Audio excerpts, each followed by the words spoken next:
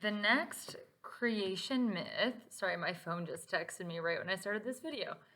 Our next creation myth is set in West Africa, and the culture is from the Mossi people. So that's a specific tribe of West Africa. And I'm going to read to you their creation myth that explains how the world and the universe came to be, as well as human beings.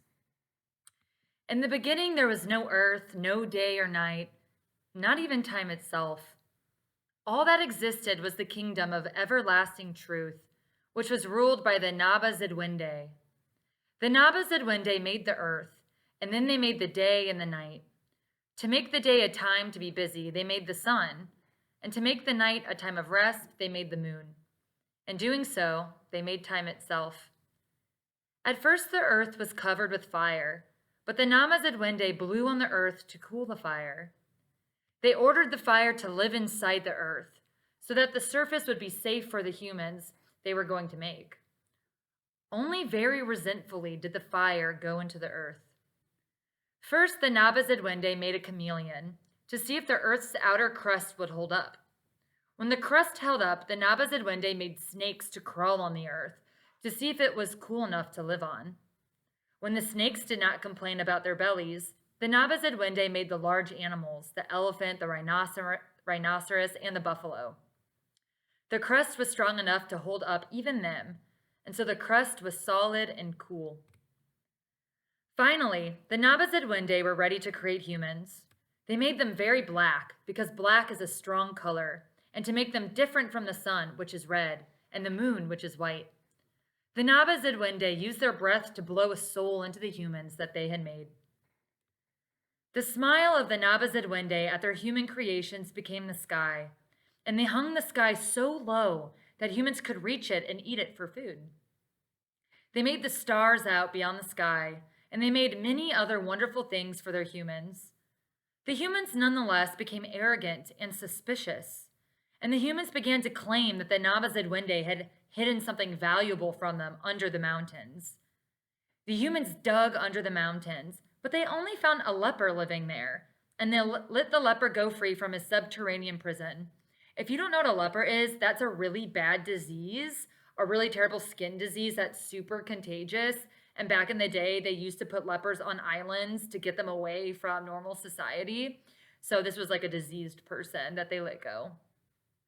This leper, however, was really the fire, and he soon burst into flames.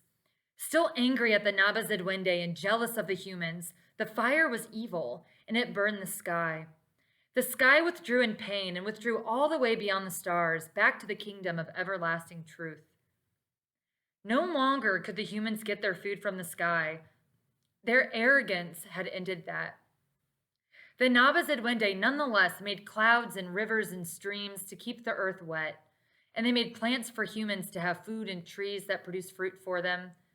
They made flowers to make the earth beautiful, and made the scents of the flowers to provide the smell of life.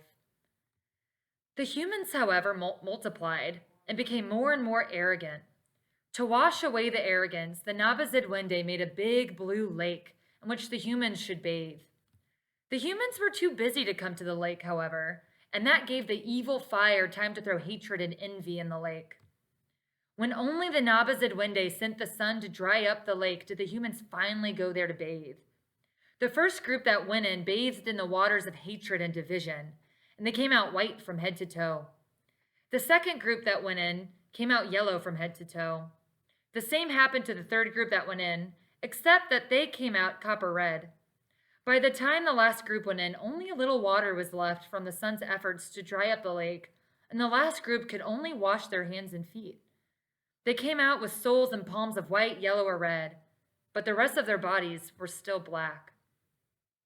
The Naba Zidwinde came to Earth later to see what they had created, and they were shaping one last animal out of a lump of clay as they came.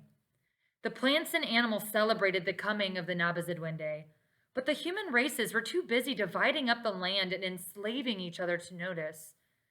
The Naba Zidwinde were so sad to see what the humans were doing that they forgot their last creation until it cried out to be given a head, legs, and a tail. The Naba Zidwinde sadly finished their lump of clay, which is why the turtle has the shape it has. that's the end. Kind of a abrupt ending. Enjoy.